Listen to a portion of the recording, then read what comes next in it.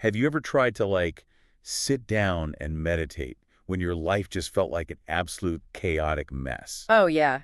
Usually the exact moment you shouldn't be trying to meditate. Right. I mean, you sit down in your cushion, you close your eyes, you try to focus on your breath. It all goes wrong. Completely wrong. Instead of finding some, Zen oasis, your brain just starts screaming at you about the unpaid electric bill. Yeah. Or, like, the weird noise your car is making. Or that awkward email you sent yesterday that you can't stop thinking about. Exactly. And suddenly, sitting still doesn't just feel impossible. It amplifies the anxiety. It makes it so much worse. It really does. So today, we're taking a deep dive into a text that validates that exact frustration. It's an essay written in 2012 by an author named Shuofeng, translated and edited by Ji Jing. And it has a very provocative title, right? Oh, absolutely. It's titled, Osho's Meditation Method Doesn't Work. Straight to the point. Very. And our mission today is to unpack this really fascinating philosophical journey because it begins by basically tearing down the methods of one of the world's most famous spiritual gurus. Then it pivots. It wildly pivots. It ends up demanding that you fix your household gas leaks before you ever close your eyes again. And then somehow it funnels you toward a highly specific, unconventional path to achieving ultimate peace. It's a remarkable piece of writing, honestly, mostly because of how relentlessly it challenges our modern assumptions about finding peace. We really do treat meditation like a magic eraser for stress, don't we? We do. But Shuais argues that trying to force your mind into this state of tranquility while you're in the thick of real-world chaos, it's not just unnatural. Right. He says it's a fundamental misunderstanding of what tranquility actually is. And to make this argument, he goes straight after a titan of the spiritual world. Osho. Yeah, Osho, whose influence is massive. I mean, millions of followers practicing his specific techniques of awareness and breathing. But Xufeng doesn't just write him off completely, which is interesting. No, it's a highly nuanced critique. Yeah, he actually starts with his glowing praise, which I think makes the subsequent takedown hit even harder. It really sets the stage. He calls Osho a great enlightener of thought. He refers to him as a liberator, and even compares his ideas to a bomb that shatters the mental cages that have confined humanity for centuries. That's high praise. It is. He gives Osho full credit for enabling people to face facts with greater clarity, snapping them out of their confusion. He basically admits Osho is incredibly successful at waking people up from societal conditioning. Right, but, and this is the crux of the argument, waking people up is one thing. Knowing what to do with them once they are awake is the core issue here. I see. So Shuofeng draws a really hard line between being an enlightener and being a guide. So Osho is the enlightener. Exactly. The essay asserts that while Osho can free people's minds from traditional constraints, he fundamentally lacks an understanding of the deeper principles, the mysteries of life, time, and space. Oh, wow. So he's missing the structural understanding of the universe. That's what Shuofeng claims. And because he lacks that, he can't guide anyone to a meaningful destination. If you follow Osho's methods completely, the text argues, it's inevitably going to be futile. That makes me think of like a brilliant medical diagnostician. Oh, that's a good comparison. Right. Imagine a doctor who can look at your symptoms, run the scans, and perfectly explain exactly why your body is failing. They map out the entire disease for you. They wake you up to the reality of your condition. But then when it comes time to write the prescription to actually cure you, they hand you a sugar pill. Right. The diagnosis was flawless, but the treatment protocol is completely disconnected from the mechanics of the illness. Following that analogy, Shuofeng is deeply critical of the specific sugar pills Osho is prescribing. The meditation methods. Exactly. Specifically, his core methods focused on awareness, observation, and breathing exercises. Shuofeng dismisses these practices as just scratching the surface. He calls them unrealistic fantasies. He does, and he uses this really striking phrase. He calls it ostrich psychology. Oh, wow. Yeah. Literally burying your head in the sand. Precisely. But wait, I want to understand the mechanics behind that accusation because, millions of people find genuine relief in focusing on their breath. Why does Shuofeng view the act of simply observing your breath as an illusion or, like, self-deception? It really comes down to the mechanism of avoidance versus resolution. Okay, unpack that for me. So imagine you're overwhelmed by a very real problem, say a massive financial crisis. Okay, Stressful. Very. And you choose to go sit in a quiet room and focus solely on the rhythm of your inhales and exhales. Right, trying to calm down. But what you're actually doing is actively suppressing your brain's natural threat response system. Oh, interesting. You're not processing the fear, and you certainly aren't altering the reality of that financial crisis. You're just temporarily redirecting your attention. You're hitting pause. Right. And Shufeng points out that Osho defines meditation as surpassing the mind and entering unknown dimensions. Which sounds very mystical. It does, but Suefeng finds this definition inherently erroneous and ambiguous, because if your strategy for handling the material world is to bypass your mind and float off into an undefined otherworldly dimension, you aren't solving anything. You're just leaving the room while the house burns down. That's exactly it. And when the meditation session ends and you return from that unknown dimension, well, those unresolved problems are still waiting for you. The fire is still burning. It might even be worse. And that jarring transition back to reality, as Suefeng argues, ultimately leads to greater disorder and chaos in the mind. Okay, so if surpassing the mind and entering unknown dimensions is this flawed goal that just breeds more chaos, it forces us to ask what actual functional tranquility looks like in Schueffen's eyes. What's the alternative? Yeah. If we throw out the breathing exercises and the dimensional travel, what is the target? Well, Schueffeng poses that exact question. What is tranquility? And his answer is incredibly uncompromising. How so? He defines it as a state where the mind dwells nowhere. Dwells nowhere. Yeah. He uses this profound, almost sensory stripping description to map it out. He writes that true tranquility is a state of no sensation, thought, or consciousness, no eye, ear, nose, tongue, body, or mind, no form, sound, smell, taste, touch, or phenomena. Right. No realm of sight, no realm of consciousness. He basically strips away every conceivable way a human being interacts with reality. That is intense. And he concludes it with no wisdom and also no attainment. I have to admit, that sounds less like a relief from stress and more like stepping into an absolute terrifying void. It's definitely intimidating. Right. To a modern ear, the idea of having no sensation, and especially no wisdom, goes against everything we're taught. We usually meditate to, gain wisdom or to feel better sensations in our bodies. To feel more grounded. Yeah. Telling someone to aim for a state where the mind dwells absolutely nowhere feels almost unreachable. Well, the extremity of the definition is intentional. What was it? Yeah, Schueffing is establishing a philosophical absolute here.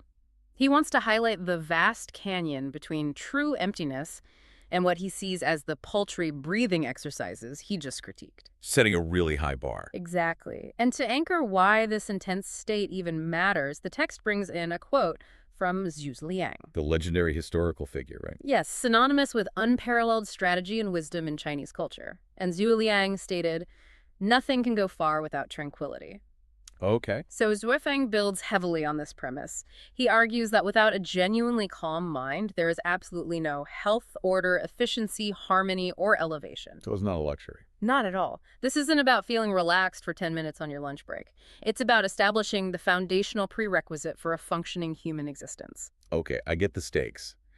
But how does a normal person even begin to approach a state of having no sensation and dwelling nowhere? It seems like a massive leap. A huge leap. From our noisy modern lives to that absolute void seems impossible. Well, the essay clearly anticipates that skepticism, because it completely shifts gears right after this to answer the question. So how does one achieve tranquility? And let me guess, the answer isn't a complex spiritual mantra. Not even close. The answer is incredibly grounded. He basically says, start by solving your problems. The text gets radically pragmatic here, doesn't it? Very. Shuofeng provides highly specific, totally relatable examples of what he means by solving problems. Give me some examples. He says, when your stomach is growling from hunger, your first step isn't to meditate on the hunger, it's to find something to eat. Right, common sense. If a child is crying nearby, you don't close your ears to the noise, you soothe the child and make them happy. If you have a pile of unfinished tasks weighing on you, you finish them. My absolute favorite example he uses in this section is the gas leak.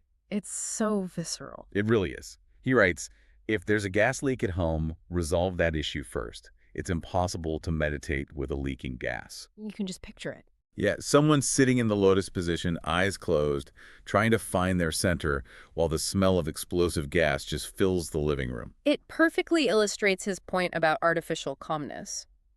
Shuveng argues that if you retreat to, say, a remote mountain cave to seek peace, but you don't address the core, unavoidable issues of human life, Like what? things like sustenance, shelter, health, aging, sickness, and death, if you ignore those, any calmness you achieve is entirely manufactured. You're just playing a trick on your own nervous system. Exactly. Which is so fascinating because this flips the entire script of the modern wellness industry on its head. How do you mean? Well, we're constantly sold the idea that we need to meditate in order to deal with our life problems. So, You know, you're stressed about the crying baby, the leaking pipes, the unfinished tasks at work, so you download an app and meditate to cope with that stress. right, you use it as a tool to endure the chaos. Exactly. But Sufeng is saying you cannot put a fresh coat of paint on a house that is currently on fire. You have to put out the fire first. Yes, you have to earn the right to meditate by handling your real-life business. And the essay uses a very dark, potent metaphor to drive this home. The narcotic metaphor. Yeah. Zhifeng compares the act of using meditation to escape your unresolved reality to injecting yourself with morphine or heroin. That is heavy. Very heavy. He explains the mechanism of this danger. A narcotic might induce a temporary, blissful tranquility, but it doesn't heal the wound. It just masks the pain. Exactly. And once the chemical effects wear off, the mind is still entangled in the exact same disturbed state it was before. So Osho's methods, in Zhifeng's view, are just spiritual painkillers. They numb the symptom, the anxiety, but do absolutely nothing to cure the underlying disease, which is the pile of unresolved physical and practical problems in your life. Right. He insists that the very essence of tranquility lies in having a mind free from worries. He asks, when there's a pile of troubles, how can you get tranquility? Troubles in your mind follow you everywhere. You cannot out-meditate an empty stomach or a leaking gas pipe. Action must precede stillness, Action must precede stillness. That's a great way to put it. which makes perfect logical sense. If the house is leaking gas, fix the pipe. But, and this is that brings us to the next massive hurdle in this deep dive. Okay, what's the hurdle? Let's say you do all of that. You pay the bills, you feed the kids, you secure your shelter, you fix the literal gas leak, you put out all the immediate fires. Right. We all know people who have done exactly that. They are comfortable, their practical needs are met, and yet they are still kept awake at night by deep existential anxieties. The internal chaos. Yes. Once the physical world is handled, how do we tackle the internal stuff? Well, Shuofeng recognizes that. He knows practical problem solving only gets you to the baseline. So what's the next step? To reach that absolute tranquility he described earlier where the mind dwells nowhere, he introduces what he calls the more profound method. Okay. This requires shifting from external action to internal dismantling. It's the pursuit of what he calls no mind. No mind. And to explain this concept, the text brings in the teachings of Lao Tzu, the ancient Chinese philosopher. Yes. Shufeng quotes this specific passage. Favor and disgrace are like alarming dangers. Wealth and status are like great calamities. It's a very heavy proposition. It really is, considering that most of human society is built entirely around the pursuit of favor, wealth, and status. We dedicate our lives to those things. Right. So calling them great calamities forces a complete reevaluation of what we're even doing with our lives. Why does Lao Tzu view them this way? The text explains the underlying mechanism beautifully. Why are wealth and status calamities? Because, as the quote continues, because I have a self. The self. Lao Tzu's logic is that the pursuit of favor places you on a perpetual treadmill of anxiety. Because you're always afraid of falling off. Exactly. If you gain favor, you're immediately alarmed by the prospect of losing it. If you face disgrace, you're alarmed by the damage to your reputation. So you're just trapped. Trapped in a cycle of fear. And the only reason you're trapped is because you possess a self that cares about these concepts in the first place. Your ego is the target that these calamities hit. So the argument is that the very need for tranquility only exists because there is a mind that is currently disturbed by the demands of the ego. Precisely. If you can achieve no mind, if you can systematically dismantle the ego, the problem just solves itself. Shivang writes, tranquility arises because there is a mind. If there were no mind, where would the need for tranquility come from? It's the ultimate philosophical shortcut, really. How so? Well, instead of trying to calm the disturbed mind, you remove the mind entirely. If there is no self, there is nothing that can be harmed by disgrace. There is no ego that can be corrupted by wealth. By removing the target, the arrows of daily anxiety simply have nothing to hit. Exactly. There are no calamities left. Imagine how profoundly liberating that would be. To completely stop caring about your status, your wealth, or how people perceive you. It sounds amazing. But not by forcefully ignoring those things. By fundamentally dismantling the version of you that cares about them in the first place. Right. You wouldn't need to try and stay calm during a financial loss, because the you that attaches identity to money simply wouldn't exist. It's the ultimate unburdening. But of course, conceptualizing no mind and actually executing it are two very different things. Vastly different. Acknowledging that the ego is the source of all calamity is a powerful insight, but it begs the ultimate question. Which is? How on earth does a modern human being practically achieve a state of no mind and no self? And this is where the essay delivers its final, highly specific conclusion. The pivot. Yes, the huge pivot. Because after taking us on this sweeping journey from critiquing a global guru's ambiguous dimensions to the practical necessity of fixing a gas leak, all the way to the ancient, ego-dismantling wisdom of Laozi Shuofeng, provides his singular solution. He states very clearly that to achieve this ultimate state of no mind, one must complete two specific actions. Okay, what are they? First, you must read two texts, the Chanyuan corpus and the Sufeng corpus. Which are his own writings. Yes. These are the author's own foundational writings, acting as the theoretical blueprints for his entire philosophical worldview. And the second action. Second, the reader must go live in the second home community established by Lifechanyuan. Which is just an incredibly fascinating rhetorical journey when you look at It it. really is. The essay starts so broadly, debating the very nature of time, space, and the flaws of a world-famous figure like Osho. Very global ideas. Yeah. And then it pulls you in with this universally relatable, folksy wisdom. Feed your hunger, fix your pipes, don't use spirituality as a painkiller. You find yourself just nodding along with the undeniable logic of it all. Because it makes sense. It totally does. But then it acts as a funnel. It narrows all that universal philosophy down into a hyper-specific requirement to read this exact author's books and physically relocate to his specific community. Structurally, we really have to look at this essay as a masterclass in persuasion. Yeah, let's unpack that. How is it built? It operates as a perfectly executed closed-loop framework. Closed loop. Right. Think about the steps the author has meticulously guided the reader through. Step 1. Invalidate the prevailing alternatives. He takes Osho, a dominant figure in the meditation space, and logically dismantles his methods as dangerous illusions and ostrich psychology. Okay, so the competition is cleared out. Exactly. Step 2. Build an unshakable foundation of trust. By pivoting to undeniable common sense, like the absurdity of meditating through a gas leak, he establishes himself as a grounded, pragmatic truth teller. He proves to the listener that he isn't just selling some airy, detached spiritual nonsense.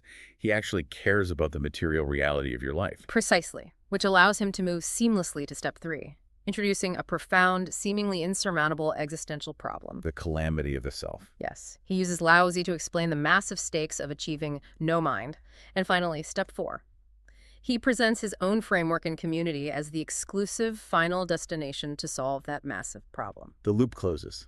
The loop closes. The text is designed to lead the reader logically and emotionally to one inevitable conclusion: the Lifechanyuan community. Looking at the mechanics of how an argument is constructed like that is always revealing. And to be clear, we aren't here to evaluate the second home community itself, but analyzing the essay as a piece of writing shows just how effectively a text can steer a reader's perspective. Absolutely. It moves from tearing down a mental cage to grounding you in reality to offering a new, highly specific architecture for your life. It serves as a really vital reminder of the importance of critical reading. Oh, for sure. When we engage with any text, especially when dealing with the most profound questions of peace, existence, and identity, we have to look not just at what the words are saying, but how the logic is structured. What mechanisms are being used to build trust? Exactly. And where the argument is ultimately trying to guide our actions. It is a text that covers an astonishing amount of ground, challenging our baseline assumptions about peace, action, and identity. And before we wrap up our deep dive today, I want to leave you with one final thought to mull over, building on that incredible Laozi quote. The one about the ego. Yeah.